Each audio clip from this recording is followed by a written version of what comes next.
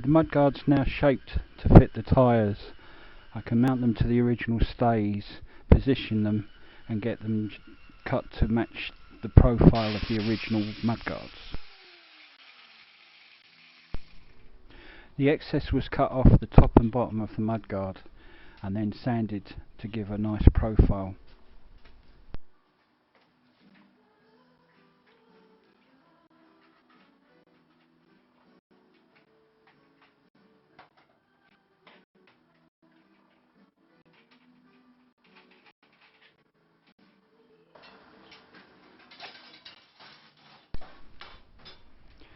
Happy enough, the wheel was taken out and a rim tape put on, followed by the tyre and inner tube.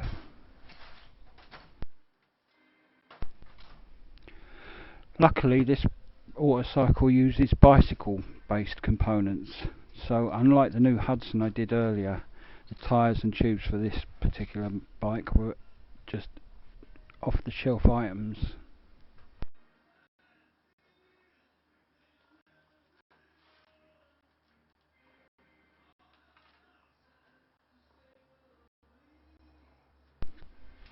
All the usual rules apply. Take your time, and whatever you do, don't pinch the tube.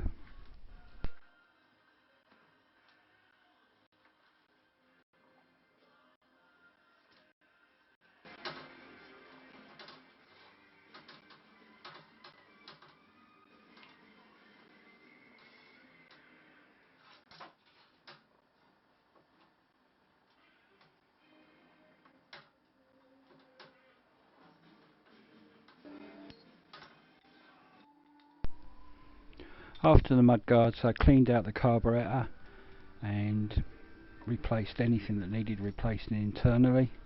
It wasn't in too bad a condition, so it was a straightforward clean up, get rid of the gunk out of there. I mean, it's only been in there, what, 30 years? At least 20 anyway.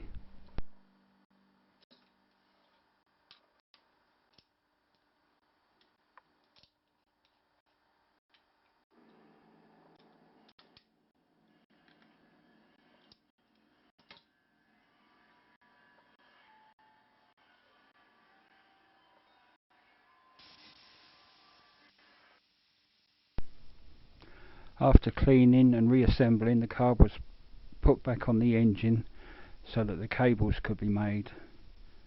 Another little job that takes time.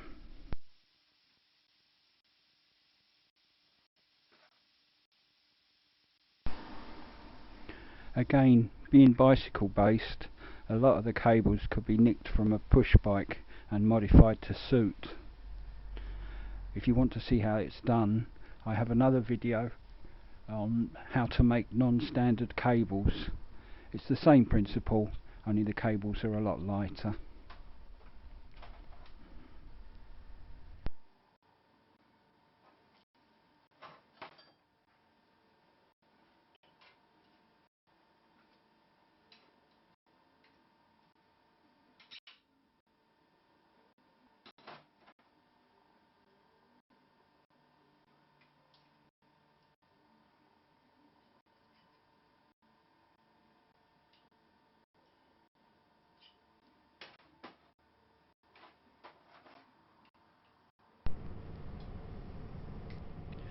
With the mock-up finished, everything was stripped down so that the unpainted parts could be primed and painted, ready for rubbing back, pinstriping, clear coating and polishing.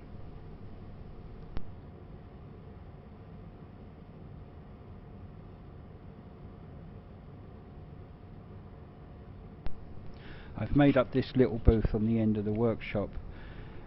You can just see in front of the work there the two extractor pads. These are filters with an extractor behind to filter off the paint and expel the air to the atmosphere. It's also heated but very cramped. You couldn't do much more than a motorbike in there.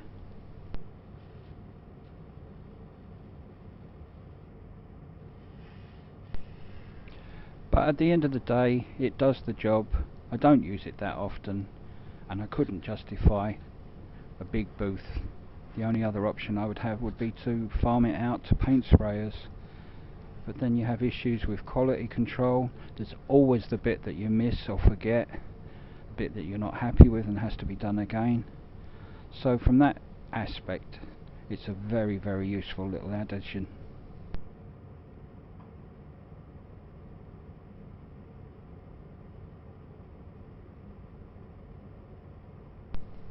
I'm sure a professional would hate it being so cramped, but for me it's fine.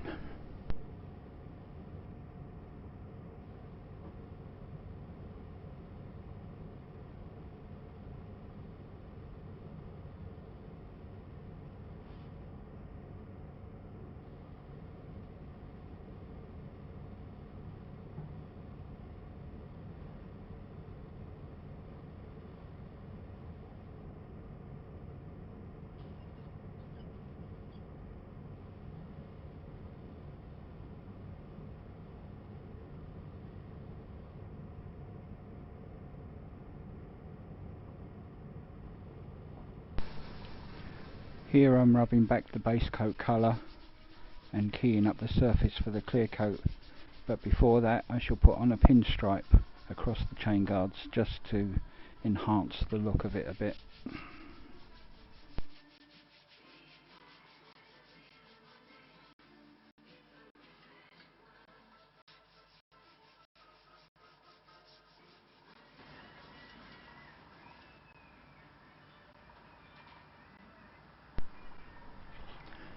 I used the automotive pinstriping. It's a very, very thin, fine vinyl and works well.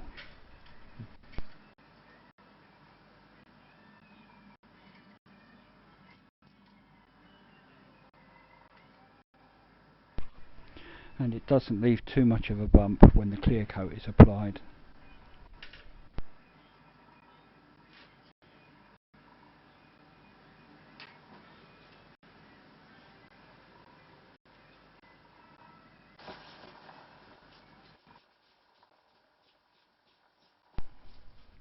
And here I'm rubbing back after the clear coat has been applied to get rid of that orange peely effect that you sometimes get.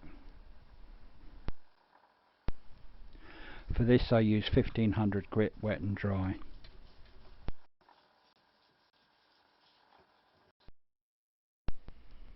Thanks for watching.